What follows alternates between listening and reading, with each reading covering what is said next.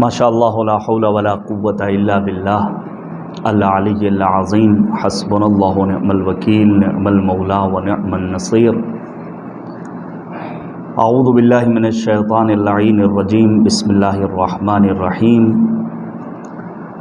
رب اشرح لی صدری ویسر لی امری واحلل عقدۃ من لسانی یفقہوا قولی الحمد للہ رب العالمین والعاقبۃ للمتقین والجنة للمؤمنین والنار للملحدین والمنافقین والکافرین والعاصین وصلی اللہ علی سیدنا محمد وآلہ الاطیبین الانجبین الاطہرین الاکرمین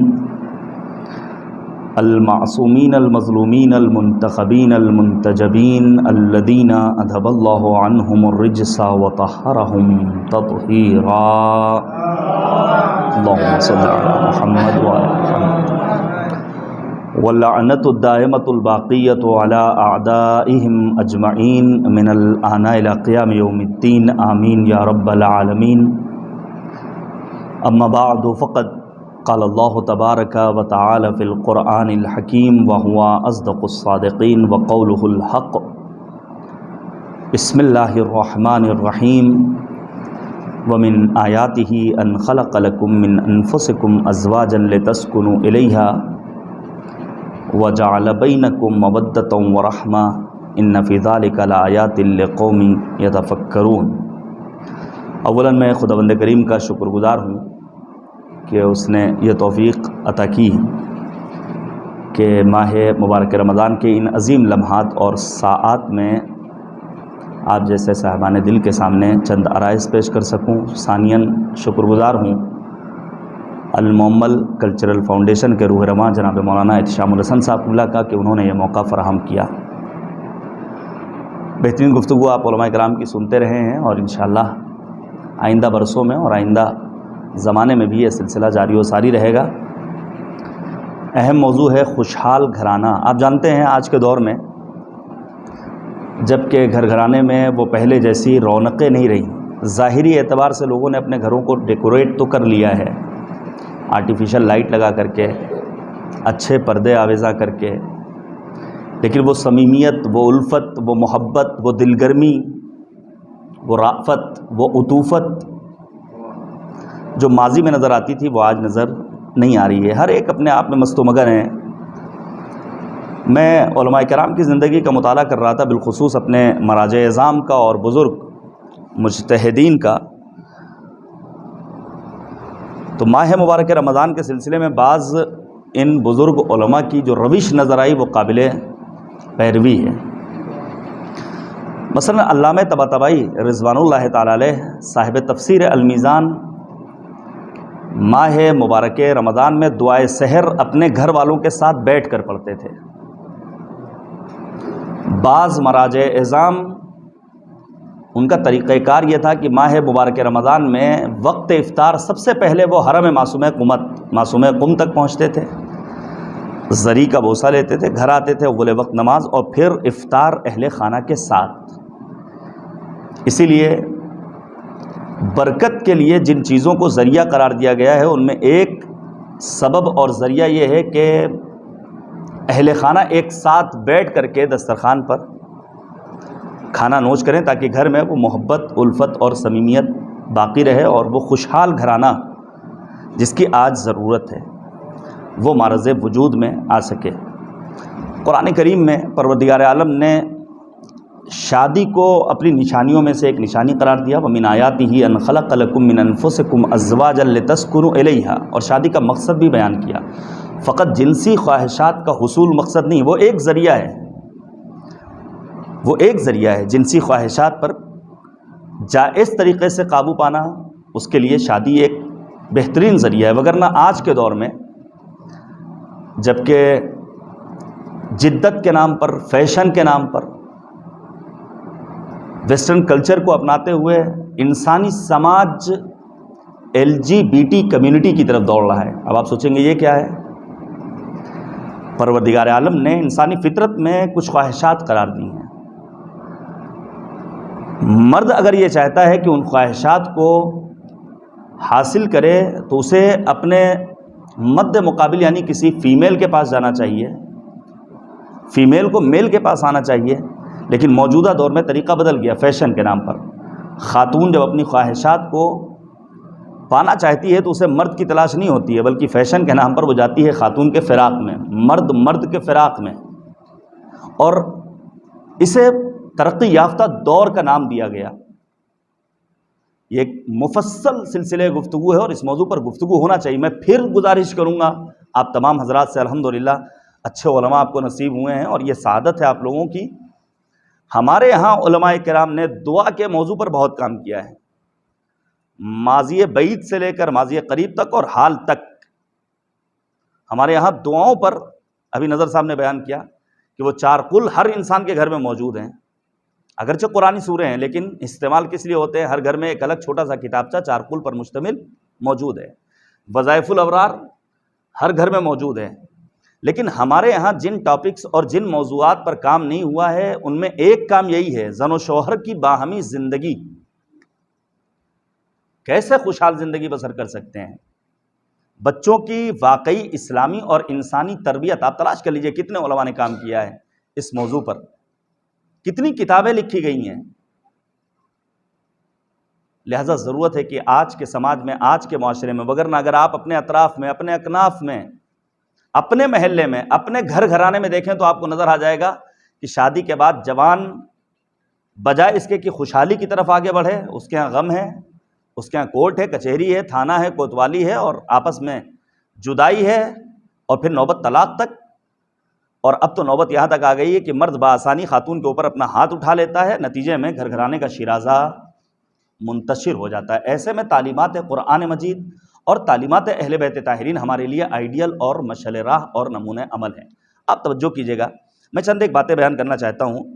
اگرچہ دنیا ایک بہت بڑا خاندان ہے، لیکن ہمارا خاندان ایک چھوٹی سی دنیا ہے، اور اسی میں ہمیں تمام تر ان چیزوں کو فراہم کرنا ہے کہ جو انسان کی ترقی کی راہ میں معاون اور مددگار ثابت ہو سکتی ہیں۔ اس خاندان کی ابتدا کہاں سے ہوتی ہے؟ میاں بیوی کی آپسی ازدواجی زندگی سے، پھر بچے کی پیدائش، اور اس کے بعد پھر فرد سے افراد، افراد سے گھر، گھر سے گھرانہ، گھرانے سے سماج معاشرہ، پھر محلہ، قریہ، بستی، شہر، صوبہ، ملک، اور پھر دنیا وجود میں آتی ہے۔ ہمیں اپنے گھر گھرانے کو مستحکم بہرحال بنانا ہی ہوگا۔ آج جو ہمارے ہاں مشرق میں خاندان کا تصور ہے، توجہ کیجئے گا، مشرق میں آج خاندان کا تصور ہے، مغرب میں خاندان کا کوئی تصور نہیں ہے۔ بعض ممالک وہ ہیں جہاں بچے کا جب ایڈمیشن ہوتا ہے اسکولز میں تو بچے کے نام کے ساتھ باپ کا نام نہیں لکھا جاتا ہے، بعض جگہوں پر ماں کا نام لکھا جاتا ہے، بعض جگہوں پر اس کے برخلاف ہوتا ہے، بھائیسن ننگوآر سمجھا جاتا ہے۔ بعض ممالک روئے زمین پر ایسے ہیں آج کے دور میں، ترقی یافتہ ممالک ان کو کہا جاتا ہے نام نہاد، کہ جہاں اگر کسی بچے کے ساتھ اس کی ولدیت کا تذکرہ ہوتا ہے تو لوگ اس کا مذاق اڑاتے ہیں۔ ایسے میں ہم مشرق کے رہنے والے اپنے اوپر جتنا ناز کریں کم ہے کہ ہمارے ہاں آج بھی خاندان کا تصور باقی ہے، لیکن جو آج ہمارے ہاں خاندان کا تصور ہے کہیں کہیں اس میں انسانیت غائب ہے۔ مثال کے طور پر پیغمبر خاتم فرماتے ہیں، بلکہ نبی کی صورت اور سنت اور سیرت کا ایک نمونہ، لعن النبی المتغافل عن زوجته، توجہ کیجئے گا، علماء نے کیا لکھا ہے کہ پیغمبر نے لعنت کی ہے اس مرد پر جو اپنی زوجہ سے غفلت برتے۔ زوجہ سے غفلت کا مطلب کیا ہے؟ میں آپ کو بتاؤں، اسی اپنے شہر کی بات، ایک جوان کے بارے میں پتا چلا کہ بچی 2.5 سال کی ہو گئی ہے، لیکن رات میں دیر رات تک وہ جوان گھر سے باہر رہتا ہے۔ اہل محلہ نے بتایا کہ 2.5 سال کی مدت میں کبھی اس کی بچی کو باپ کی آغوش میں نہیں دیکھا گیا۔ سب کچھ ہے، مادی امکانات ہیں، اللہ نے الحمدللہ رزق میں وسعت بھی دی ہے، لیکن اتنا وقت نہیں ہے کہ انسان اپنی بیٹی کو اپنی آغوش میں لے۔ یہ کیا ہے؟ یہ وہی خوشحالی نہیں ہے۔ پیغمبر کیا فرماتے ہیں اور پیغمبر کی سیرت کیا ہے کہ اللہ کے نبی نے لعنت کی ہے اس مرد پر جو اپنی بیوی سے، اپنی زوجہ سے غفلت برتے۔ غفلت کبھی جنسی ہوتی ہے، جنسی غفلت کا شکار اگر خاتون ہو جائے تو بنی اسرائیل کی خواتین کے لیے پیغمبر کہتے ہیں فزنت نساؤہم، بنی اسرائیل کی خواتین بدکاری کی طرف آگے بڑھی تھیں۔ کبھی یہ غفلت مالی ہوتی ہے. ہوتے ہیں بعض مرد جنہیں اپنا پیسہ عزیز ہوتا ہے، وہ ہرگز چاہتے ہی نہیں کہ ان کی بیوی کے پاس کچھ روپے پہنچے. اگر ایک اولاد پاکٹ منی چاہتا ہے تو کیا بیوی کا یہ حق نہیں ہے کہ اسے کچھ پیسے دیے جائیں، اس کے پرس میں بھی کچھ پیسے موجود ہوں، اس کا بھی اپنا ایک اکاؤنٹ ہو جو مینٹین ہو؟ کبھی غفلت اس اعتبار سے مرد اپنی زوجہ سے کرتا ہے کہ اسے اس کے میکے نہیں جانے دیتا ہے. کیا اس کے اہل خانہ نہیں ہے؟ کیا اس کے ماں باپ نہیں ہیں؟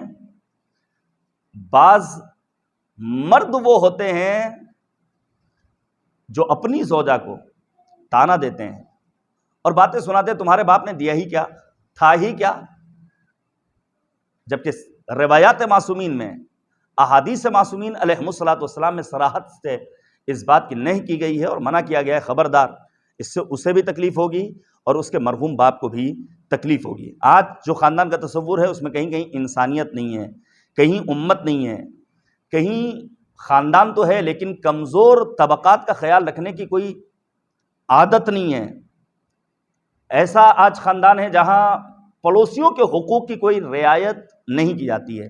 میں آگے بڑھوں اور جلدی جلدی اپنی بات کو کسی حد تک منزل تکمیل تک پہنچاؤ انشاءاللہ ان 2 دنوں میں. آپ پڑھیے گا بالخصوص اس ماہ مبارک رمضان میں سورہ مبارکہ نور کو، سورہ عفت ہے، سورہ عفاف ہے. بے شمار باتیں ہیں اس سورہ مبارکہ نور میں جس کے ذریعے ایک گھر، ایک گھرانہ، ایک خاندان خوشحالی کی طرف آگے بڑھ سکتا ہے. چند چیزیں ضروری ہیں اگر ہم یہ چاہتے ہیں کہ اپنے گھروں میں خوشحالی لے کر آئیں. سب سے پہلی چیز کہ ہم اپنے وجود سے منکرات کو دور کریں، فحشا کو، غلط تصورات کو، غلط اعمال کو، غلط افعال کو، غلط حرکات کو، غلط سکنات کو اپنے سے دور بھگائیں. جتنا ہم، اب آپ سوچئے نبی اعظم نے خطبہ شعبانیہ میں کیا فرمایا؟ یہ وہ ماہ مبارک رمضان ہے جس میں شیطان قید و بند کی صعوبتوں میں مبتلا کر دیا جاتا ہے. تو کیا شیطان کے گلے میں کسی نے آج تک کوئی پٹا دیکھا، کوئی طوق خاردار دیکھا، کوئی لوہے کی زنجیر دیکھی؟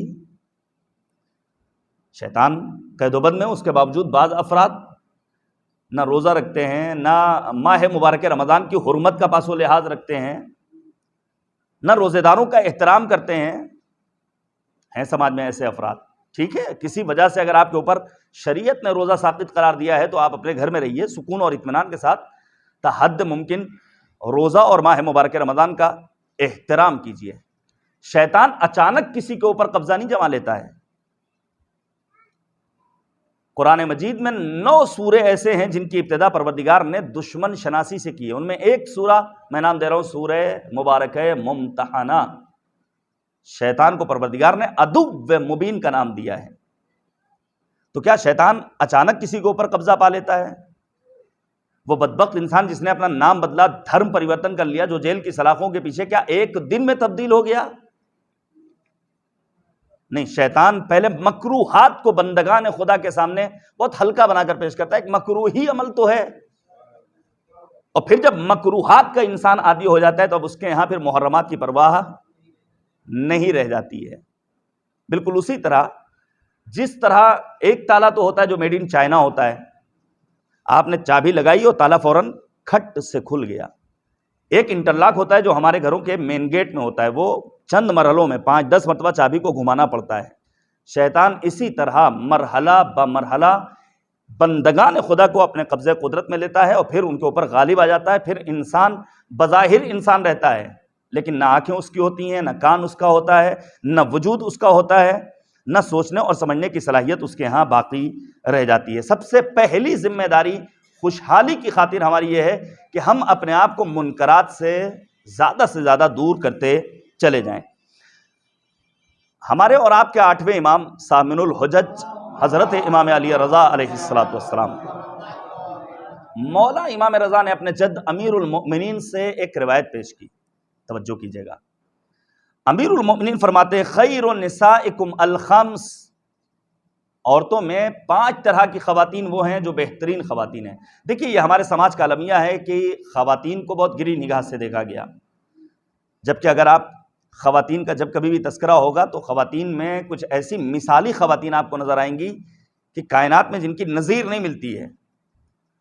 ملکہ سبا کا تذکرہ آپ پڑھیے، جناب بلقیس کیسے اپنی عقل کو استعمال کیا ہے جناب سلیمان کی حکومت کے سامنے اور تحفہ بھیجا ہے.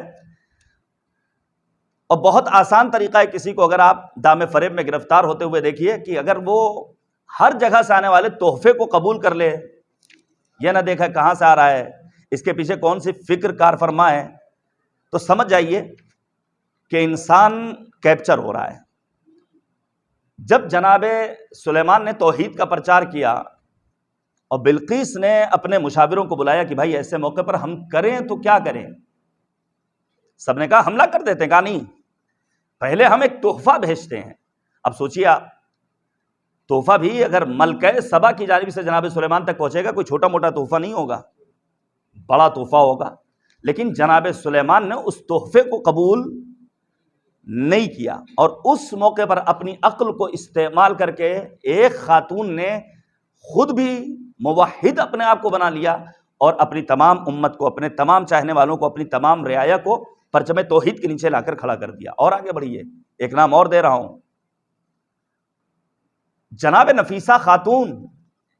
ایک خاتون ہے، صنف نسواں سے تعلق ہے، لیکن اللہ رے عظمت جناب نفیسہ اپنی زندگی میں 6000 مرتبہ قرآن مجید کی تلاوت کو ختم کیا ہے. حیرت ہوگی بعض افراد کو، کیسے ممکن ہے 6000 مرتبہ. عبداللہ ابن عمر نے نبی اعظم سے یہی تو سوال کیا تھا، اے پیغمبر یہ بتائیے قرآن مجید کو کم سے کم کتنی مدت میں ختم کرنا چاہیے؟ پیغمبر نے کہا 1 مہینے میں. عبداللہ ابن عمر کہتے ہیں میں تو اس سے کم مدت میں بھی ختم کر سکتا ہوں. کہا 20 دن میں. کہا اس سے بھی کم مدت میں ختم کرنے کی صلاحیت ہے؟ کہا 10 دن میں. کہا اس سے بھی کم مدت میں قرآن ختم کر سکتا ہوں؟ کہا 7 دن میں. اس سے کم مدت میں اگر قرآن مجید کی تلاوت کو ختم کرو گے تو الفاظ پڑھ لو گے، لیکن قرآنی مفاہیم تمہارے وجود میں اثر انداز نہیں ہوں گے. ہاں اگر کوئی امام رضا جیسا ہو تو 3 دن میں ختم قرآن کر سکتا ہے. کوئی معمار انقلاب امام خمینی جیسا ہو تو ہر روز ماہ مبارک رمضان میں امام خمینی رحمت اللہ تعالی علیہ 10 جز قرآن مجید کی تلاوت کرتے تھے. 3 دنوں میں 1 ختم قرآن، 1 ماہ مبارک رمضان میں 10 ختم قرآن.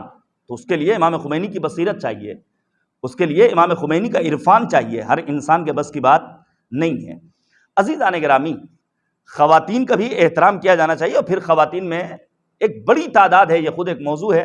میں گزارش کروں گا مولانا سے کہ کبھی تاریخی خواتین کا تذکرہ، صرف اس دور کی خواتین نہیں، آج بھی شہید بنت الہدیٰ جیسی نہ جانے کتنی ایسی خواتین ہیں کہ جن کی قربانیاں آج سماج کی عام خواتین کے لیے آئیڈیل اور مشعل راہ ہیں. کیا فرمایا امیر المؤمنین نے؟ 5 طرح کی عورتیں سب سے بہترین عورتیں ہیں. پہلی چیز، ان کے ہاں شوہر کے تئیں سختی نہیں پائی جاتی ہے. بعض خواتین ہوتی ہیں جو اپنے شوہروں پر مکمل تسلط رکھتی ہیں. ہم میں سے سبھی کسی نہ کسی حد تک اس مرض میں مبتلا ہیں، اور ان کو حق بھی ہے، ان کو حق بھی ہے. مثلا مرد کو بخیل نہیں ہونا چاہیے، لیکن خاتون کے لیے بخل اچھی صفت شمار کی گئی ہے. سخت گیری اچھی چیز نہیں. پھر امیر المؤمنین فرماتے ہیں ایک خاتون کو اپنی زبان کو کنٹرول میں رکھنا چاہیے، زبان درازی نہیں ہونی چاہیے اس کے یہاں. صرف خاتون ہی کے لیے نہیں، پیغمبر نے خطبہ شعبانیہ میں کہا اپنی زبان پر اپنے آپ کو قابو کرنے والا بناؤ. جرمہ صغیر و جرمہ کبیر. یہ ہے تو بہت چھوٹی سی، لیکن اس کے جرائم بہت بڑے ہیں. بڑی تعداد اور بڑی طویل فہرست ہے زبان سے ہونے والے گناہوں کے. اور پھر تیسری صفت، اپنے شوہر کی مطیع ہو. اور یہ خود ایک الگ مفصل موضوع ہے. اطاعت کتنی طرح کی، کبھی اطاعت مطلق ہے، کب حکم خدا کے سامنے، حکم رسول کے سامنے، حکم اہل بیت کے طاہرین کے سامنے. مالک نے کہا ہر بالغ و عاقل مکلف پر روزہ فرض ہے، ٹمپریچر کتنا ہی ہائی کیوں نہ ہو جائے، امتحان کتنا ہی سخت کیوں نہ ہو، اگر شرائط ہیں تو روزہ رکھنا ہے. اب وہاں چوچرا کی کوئی گنجائش نہیں ہے. تو اطاعت کبھی مطلق ہے، اطاعت کبھی مشروط ہے. مثلا ایک فرزند اپنے ماں باپ کی اطاعت کب کرے گا؟ جب وہ واجبات کی راہ میں حائل اور رکاوٹ قرار نہیں پائیں گے. لیکن اگر ماں باپ یہ کہے روزہ نہ رکھو، تو کیا یہاں ماں باپ کا کہنا ماننا ہے؟ خاتون کو اپنے شوہر کی اطاعت کرنی کب تک؟ جب تک حکم پروردگار کی خلاف ورزی نہ ہو رہی ہو. اب اگر کوئی ماڈرن بن جائے اور پھر وہ اپنی زوجہ سے مطالبہ کرے آج ہمارا دوست آ رہا ہے, آج تمہیں ہمارے دوست کے گھر چلنا ہے, آج فلاں فنکشن اور پارٹی میں چلنا ہے اور تم میک اپ کر کے چلو, بغیر حجاب کے چلو, تو کیا اس موقع پر بھی خاتون کو اپنے شوہر کا حکم ماننا ہے؟ نہیں. لا طاعۃ لمخلوق فی معصیۃ الخالق. جہاں اللہ کی نافرمانی ہو رہی ہو وہاں مخلوق کی اطاعت کوئی معنی نہیں رکھتی ہے. اور ایک عجیب و غریب فقرہ ہے, چونکہ اکثریت بزرگوں کی, لہذا میں اس کی وضاحت نہیں کروں گا. ہاں کوئی جوان اگر چاہے تو مجھ سے دریافت کر لے, اور سمجھدار ہیں آپ سمجھ لیں گے. امیر المؤمنین فرماتے ہیں کہ ایک خاتون کی چوتھی صفت یہ ہے کہ رات میں اس وقت تک وہ نہیں سوئے گی جب تک اس کا شوہر اس سے راضی نہ ہو جائے. عجیب و غریب فلسفہ ہے, عجیب و غریب فلسفہ ہے. واقعی میں آپ سوچئے اسلام نے جو نظام پیش کیا ہے اور اس میں جو حکمت پوشیدہ ہے وہ آج کے دور میں سمجھنا نہایت آسان نہ ہے. اور پھر امیر المؤمنین فرماتے ہیں کہ ایک خاتون وہ اچھی ہے کہ اگر اس کا شوہر کہیں سفر پر جائے تو جب تک سفر سے واپس نہیں آ جاتا ہے وہ اس کی آبرو کی, اس کے مال کی, اس کی عزت کی حفاظت کرنے والی رہے گی. یہ امیر المؤمنین کا فرمان ہے. خوشحال گھرانے کی تشکیل کے لیے اہل بیت طاہرین علیہم الصلاۃ والسلام کے یہ فرامین آئیڈیل ہیں. پہلی چیز کیا ہے؟ منکرات کو اپنے آپ سے دور کرنا ہے خوشحال گھرانے کے لیے. دوسری چیز وہ ہے معنویت کی تقویت. کیا مطلب؟ یہ جو بسا اوقات میں نے بعض جگہوں پر مجالس میں اس بات کو بیان کیا ہے کہ اگر بچہ نمبر کم لے آئے تو والدین غصہ کرتے ہیں, لیکن اگر بچے کی نماز قضا ہو جائے تو کوئی ایکشن نہیں ہے, کوئی ری ایکشن نہیں ہے, کوئی سوال و جواب نہیں ہے. بچہ ماہ رمضان میں قرآن نہیں پڑھ رہا ہے, مسجد میں نہیں جا رہا ہے, ماہ مبارک رمضان کے عظیم لمحات میں فیوض الہی سے بہرامند نہیں ہو رہا ہے, لیکن والدین غصہ نہیں کر رہے ہیں. یوں تو ہے ہر ماہ کی اسلام میں عظمت ہے, سب سے زیادہ ماہ رمضان کی فضیلت. اس ماہ میں چھا جاتی ہے اللہ کی رحمت, مسجد میں جماعت ہو تو مٹ جاتی ہے نفرت. جس طرح سے قرآن میں یاسین آیا ہے اس طرح مہینوں میں یہ ماہ رمضان ہے, یہ ماہ مبارک رمضان. اللہم صلی علی محمد وعلی محمد. بہترین موقع ہے معنویت کو مستحکم بنانے کا واقعی میں, اور بہترین موقع ہے. میں اپنے استاد بزرگوار سے اسٹوڈیو میں گفتگو کر رہا تھا, میں نے ان سے سوال کیا, آپ نے اپنے بیٹے کو پائلٹ بنا دیا. سوچئے ایک مولوی, ایک عالم دین اسی ہندوستان کی سرزمین پر, لیکن اس نے کتنی محنت کی کہ اپنے بچے کو اس نے پائلٹ بنا دیا. میں نے ان سے سوال کیا آخر ہوا کیسے؟ چودھری صاحب پہنچ گئے کہ کس کی بات کر رہا ہوں. انہوں نے عجیب و غریب بات کی. انہوں نے کہا شادی کے بعد سے مجھے یاد نہیں ہے کہ میں گھر میں رہا ہوں اور میں نے اپنے گھر میں نماز جماعت سے نہ پڑھی ہو. جب تک بچے نہیں تھے میاں بیوی نماز پڑھتے تھے, جب بچے ہو گئے ہیں تو میاں بیوی اور بچے بھی با جماعت نماز ادا کرتے تھے. کہنے یہ اسی کی برکت ہے, اس کے سوا کچھ اور نہیں ہے. لہذا معنویت یہ بہت اہم ہے. روحانیت جب تک ہمارے گھروں میں نہیں آئے گی تو آرٹیفیشل لائٹ لگا کر کے تو ہم اپنے گھر کو چراغاں کر سکتے ہیں, لیکن واقعی نورانیت ہمارے گھروں میں نہیں آ سکتی ہے. روایت پیش کروں چونکہ تاریخ آن پہنچی ہے, سبت اکبر حضرت امام حسن مجتبیٰ علیہ الصلاۃ والسلام کی ولادت باسعادت کی توجہ کیجیے گا. مولا امام حسن مجتبیٰ علیہ الصلاۃ والسلام کے حالات زندگی کا مطالعہ کیجیے. ملتا ہے کہ امام نماز میں مشغول تھے. ایک بدکار عورت, اور یہ آسان طریقہ رہا ہے اس دور سے لے کر آج تک, کسی کو بدنام کرنا ہو ایک خاتون کو اس کے پیچھے لگا دیجئے. یہ سب سے آسان طریقہ ہے اور سب سے کارآمد طریقہ ہے. بدکار عورت آتی ہے اور مقصد یہ تھا کہ امام کو اپنی جانب وہ متوجہ کرے, اپنے حسن کے دام فرح میں معاذ اللہ گرفتار کرے. اس نے حرام کام کی امام علی مقام کو دعوت بھی دی. دیکھیے جب انسان معنویت والا ہوتا ہے تو کبھی بھی حالات کتنے ہی سازگار کیوں نہ ہو جائیں وہ پھر حرام کے پیچھے نہیں جاتا ہے. ائمہ اطہار تو کیا کہنا ان کا, لیکن جس نے بھی اپنے آپ کو قرآن و اہل بیت سے وابستہ کر لیا تاریخ میں آپ کو ایسے افراد آج بھی نظر آ جائیں گے۔ اس موقع پر امام عالی مقام نے اپنی نماز تمام کی اور پھر اس خاتون سے سوال کرتے ہیں بتاؤ بھائی تمہارے آنے کا یہاں مقصد کیا ہے؟ اب وہ خاتون کہتی ہے میں یہ چاہتی ہوں کہ آپ میرے ساتھ حرام کام کیجئے، برے کام کا ارتکاب کیجئے۔ روایت کہتی ہے مولا امام حسن مجتبیٰ کی آنکھوں سے آنسو جاری ہوئے، زار زار گریا و زاری، وجود میں لرزہ طاری ہو گیا امام حسن مجتبیٰ کے یہاں۔ اور پھر مولا فرماتے ہیں لا تحرقینی بالنار، خبردار مجھے آگ سے جلانے کی کوشش مت کرنا۔ وہو یبکی واشتد بکاؤہ، مولا گریا کرتے جا رہے ہیں، زار زار گریا، اور گریے میں اضافہ ہی ہوتا چلا گیا، یہاں تک کہ روایت کہتی ہے بکت لبکائہ، وہ خاتون بھی گریا کرتی ہے امام عالی مقام کے گریے کو دیکھ کر۔ فدخل الحسین ورآہما تبکیان فجلس یبکی، اسی اسنا میں امام حسین بھی اس جگہ پہنچتے ہیں اور کیا دیکھتے ہیں کہ مولا امام حسن بھی گریا کر رہے ہیں، وہ خاتون بھی گریا کر رہی ہے، مولا امام حسین نے بھی گریا شروع کر دیا۔ روایت طولانی ہے۔ معنویت کے استحکام کے نتیجے میں امام حسن مجتبیٰ نے ایک پیغام دیا، حالات کتنے ہی سازگار کیوں نہ ہو جائیں، انسان کبھی بھی ان حالات کے دام فریب میں گرفتار نہیں ہوتا۔ یہاں تک کہ روایت کہتی ہے کہ امام نے جناب یوسف کو خواب میں دیکھا ہے، اور پھر جناب یوسف نے آ کر کے امام حسن مجتبیٰ کا قصیدہ پڑھا کہ ہم نے اپنا دامن تو بچا لیا لیکن زلیخا کو اپنا ہم خیال ہم نہیں بنا سکے ہیں، لیکن یہ آپ کا ترہ امتیاز اور کمال ہے کہ آپ نے اپنے دامن کو بھی بچایا ہے اور اس خاتون کو اپنا ہم خیال بھی بنا لیا ہے، یہ کمال ہے امامت کا۔ تیسری چیز گھر گھرانے کی خوشحالی کے لیے وہ ہے حلال چیزوں کا معاشرے میں رائج ہونا۔ میں ایک جوان ہوں اور یہ بات کہہ سکتا ہوں، دو طرح کے متع رائج تھے۔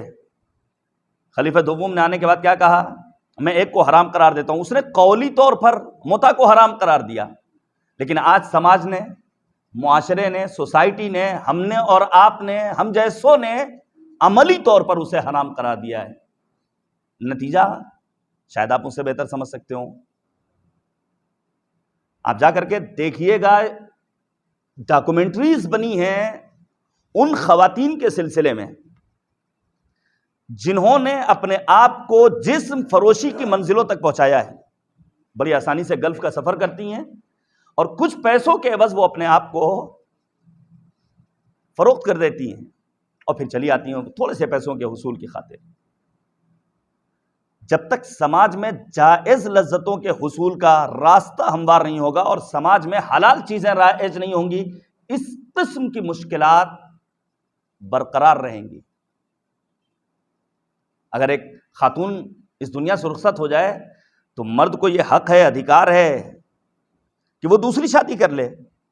مرد مر جائے تو خاتون کو یہ حق ہے، یہ رائٹ دیا جانا چاہیے کہ وہ دوسری شادی کر لے، لیکن یہاں تو اتنے مراحل طے کرنے پڑتے ہیں، سسرال والے نہ ناراض ہو جائیں، گھر والے نہ ناراض ہو جائیں، بچوں سے کیا کہیں گے، بچے اجازت نہیں دے رہے ہیں، وہ بچے جن کے وجود میں آنے کا ذریعہ باپ قرار پایا ہے، آج اگر دوسری شادی کرنا چاہتا ہے، البتہ ایک مرحلہ ہے، ایک عمر کے تقاضے ہوتے ہیں۔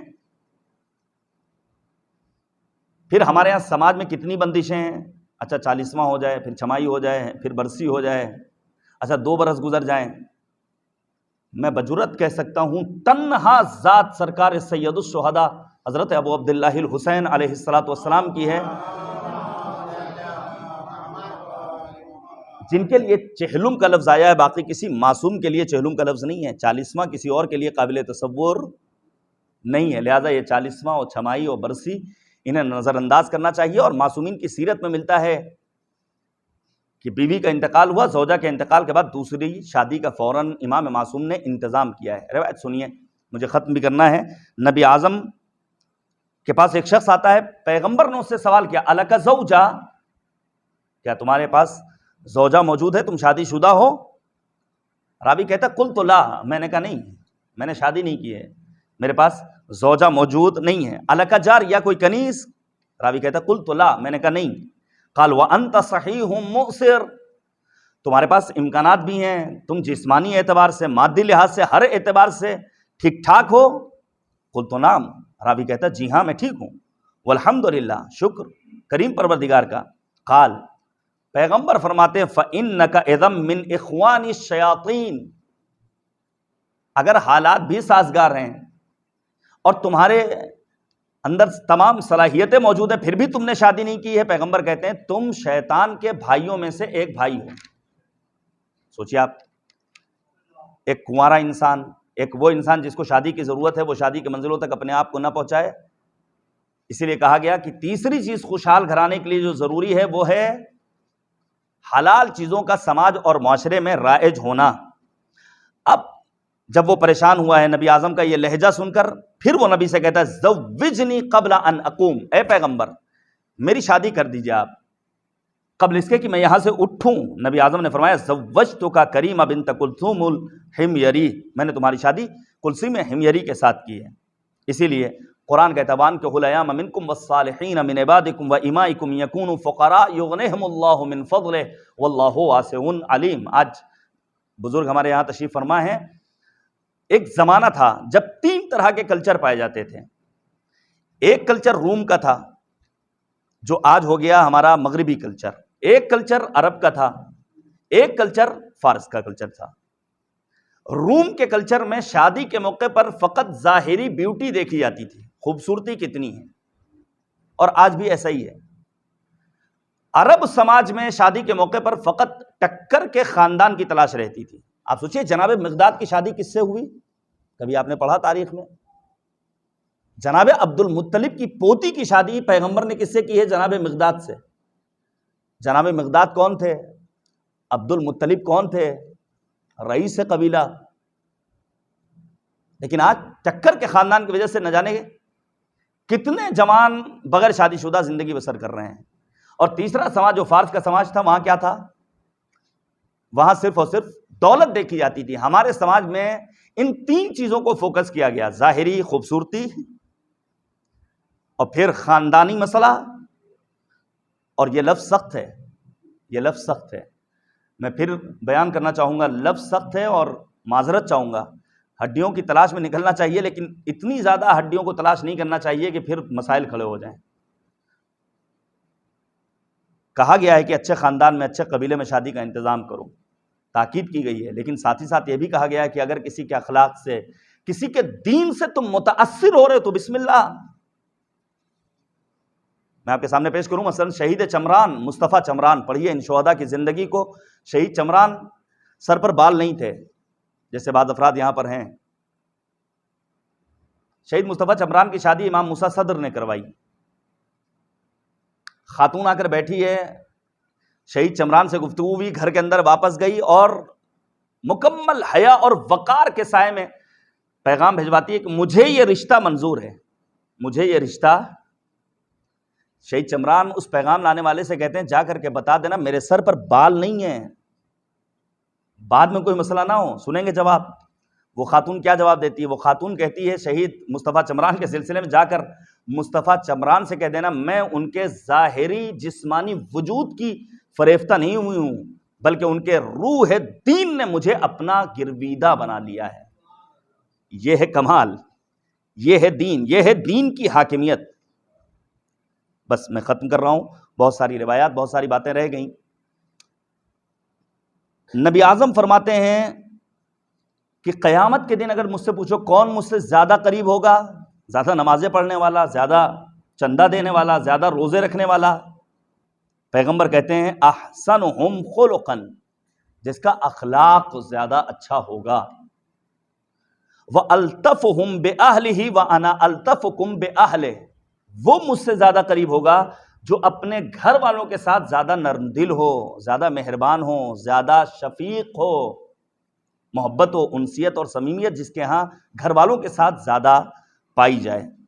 آپ علماء کی زندگی کا مطالعہ کیجئے گا، بالخصوص مرحوم آیت اللہ عراقی کے سلسلے میں پڑھیے گا کہ انہوں نے اپنے استاد بزرگوار حوزہ علم قم کے فاؤنڈر مرحوم آیت اللہ شیخ عبد الکریم حائری کے سلسلے میں کیا لکھا ہے؟ آغا حائری حوزہ علم قم کے فاؤنڈر۔ آج بعض افراد وہ ہیں جو جب شادی ہوتی ہے تو 2-4-10 برس ان کی شادی میں خوب انجوائے، خوب مزہ، بیوی کے ساتھ فل مستی، لیکن جیسے جیسے عمر بڑھتی جاتی ہے اب وہ خاتون اسے اچھی نہیں لگتی ہے۔ کل تک ساتھ میں ٹہلنے بھی جاتا تھا، گھومنے بھی جاتا تھا، اس کو لباس بھی دلواتا تھا، اس کے لیے خریداری بھی کرتا تھا. ظاہر ہے بھائی عمر کے تقاضے ہیں، اب وہ اچھی نہیں لگ رہی ہے خاتون. جبکہ آغائے حائری کے سلسلے میں کیا ملتا ہے؟ شیخ کریم حائری بیوی نابینا ہیں، مرجع ہیں، حوزہ علمیہ قم کے فاؤنڈر ہیں، اپنی نابینا زوجہ کو اپنی پشت پر لاد کر اپنے گھر میں زینے سے اوپر لے جاتے تھے. اور جب آغائے عراقی جیسے مرجع تقلید نے ان کے فرزند سے پوچھا کبھی آپ کے بابا نے اس سلسلے میں کوئی گلہ کیا، کوئی شکوہ کیا؟ کہا نہیں. یقیناً روز قیامت نبی اعظم کے قریب ہوں گے. کون؟ جناب شیخ عبد الکریم حائری یزدی.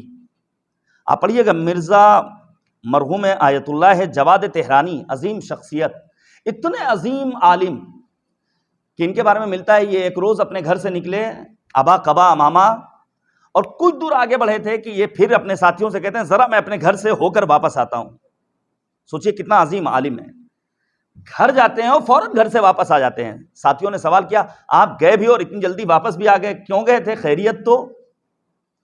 یہ کہتے ہیں میری ابا کے اوپر ایک چیونٹی آ گئی تھی، میں نہیں چاہتا تھا کہ یہ معمولی سی مخلوق اپنی راہ کو گم کر دے، میں نے اسے اسی جگہ پہنچا دیا تاکہ یہ اپنے گھر میں واپس جا سکے. اس حد تک مخلوقات عالم کا احترام کرنے والا عظیم عالم مرحوم آغا مرزا جواد تہرانی. ان کے بارے میں ملتا ہے یہ گئے حرم زیارت کرنے کے لیے، دیر ہو گئی، بچوں نے سوچا کہ آج بابا واپس نہیں آئیں گے، رات میں حرم میں ہی رہیں گے، لیکن کافی تاخیر سے گھر میں آئے. گھر کے باہر آئے، کیا دیکھا؟ گھر کی لائٹ بند ہے، دروازہ بند ہے. یہ گھر کے باہر بیٹھ گئے، مائنس میں ٹمپریچر ہے. اور جب صبح میں بچے اٹھتے ہیں لائٹ جلتی تب انہوں نے دق الباب کیا. یہ بالکل ٹھنڈ سے ٹھٹر رہے تھے. بچوں نے کہا بابا آپ نے کیوں نہیں دق الباب کیا، کیوں نہیں ڈور بیل بجائی؟ کہا میں نہیں چاہتا تھا کہ تمہاری نیند میں خلل واقع ہو. خوشحال گھرانہ کیسے وجود میں آتا ہے؟ جب انسان ان چھوٹی چھوٹی باتوں کو اپنی زندگی میں عملی کرنے کی کوشش کرتا ہے. بات صرف اور صرف 1 منٹ کی مولانا سے میں اور اجازت لینا چاہوں گا تاکہ کسی حد تک بات مکمل ہو جائے. ماہ مبارک رمضان کے سلسلے میں یہ ملتا ہے کہ انسان، نبی اعظم کی یہ تاکید ہے کہ ماہ مبارک رمضان میں انسان کو اپنا اخلاق اچھا کرنا چاہیے. ایسا نہ ہو کہ روزہ حاوی ہو جائے، پھر گیس سلنڈر 1000 روپے کا ہو گیا تو بھائی اس میں بیوی کی کیا غلطی ہے؟ ہوتا ہے نا بعض افراد، بعض مرد وہ ہوتے ہیں جو اپنے گھر میں پہنچنے کے بعد بیوی پر، ماں پر، بہن پر غصہ کرتے ہیں. اتنی جلدی گیس کیسے ختم ہو گئی؟ بھائی جا کر کے سوال کرو اس گیس ایجنسی سے، سوال کرو اپنی صوبائی حکومت سے. اس بیچاری کی کیا خطا ہے؟ وہ تو تمہارے لیے کھانا بنا رہی ہے، تمہارے بچوں کے لیے کھانا بنا رہی ہے. کل کی گفتگو انشاءاللہ ہوگی اسی اخلاق کے سلسلے میں کہ انسان کا اخلاق اسے اس دنیا میں کیوں کر سرخرو بناتا ہے، اور گھر والوں کے ساتھ انسان کا اخلاق کل روز آخرت کیا فائدہ پہنچانے والا ہے. رب کریم کی بارگاہ میں دعا کرتے ہیں خدایا دین فہمی کا شعور نصیب فرما. ان کلاسز کے اہتمام میں دامیں درمیں قدمیں سخنیں شرکت کرنے والے تمام مؤمنین کے توفیقات خیر میں اضافہ فرما. معبود اس روئے زمین پر جہاں بھی عاشقان امیر المؤمنین ہیں ان کی جان، مال، عزت و آبرو و ناموس کی حفاظت فرما.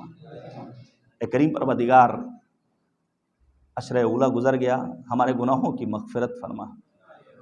معبود واسطہ ہے محمد اور آل محمد کا ماہ رمضان کے بچے ہوئے دنوں میں اپنی بندگی کی توفیق خاص نصیب فرما. ہمارے مرحومین کی مغفرت فرما. اے کریم پروردگار واسطہ ہے محمد اور آل محمد کا ہم سب کو زیارات مقامات مقدسہ سے مشرف فرما. ہمارے امام کو ہم سے راضی و خوشنود فرما. جملہ علماء، افاضل، واعظین، خطباء، شعراء، ذاکرین، مراجع اعظام، بالخصوص رہبر معظم انقلاب اور حضرت آیت اللہ العظمیٰ خامنئی کی حفاظت فرما. اے کریم پروردگار ہمارے امام کے ظہور میں تعجیل فرما. دعا کی قبولیت کے لیے مل جل کر صلوات بھیجیے گا بر محمد و آل محمد.